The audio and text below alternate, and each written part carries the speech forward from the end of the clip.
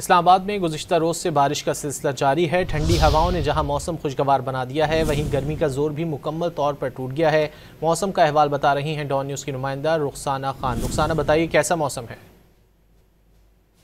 جی بالکل، اس وقت اسلام آباد کے موسم کی بات کر لی جائے تو موسم انتہائی حسین ہو چکا ہے۔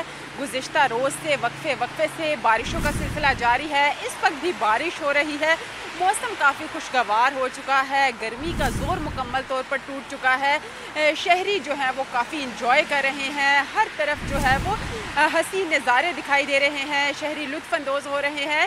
آسمان پر کالی گھٹائیں اس وقت بھی برقرار ہیں اور مارگلا کی پہاڑیوں کو سیاہ بادلوں نے اپنی لپیٹ میں لے رکھا ہے۔ ہر منظر جو ہے وہ انتہائی دلکش دکھائی دے رہا ہے۔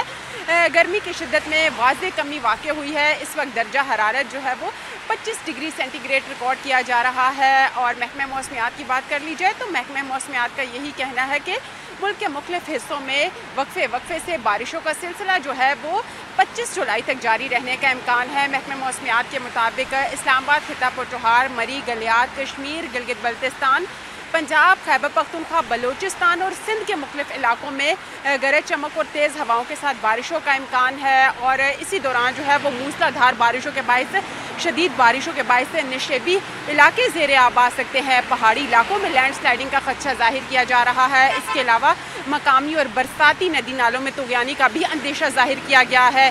شہریوں کو محتاط رہنے کا کہا گیا ہے اور متعلقہ اداروں کو بھی الرٹ رہنے کی ہدایت کی گئی ہے۔ جی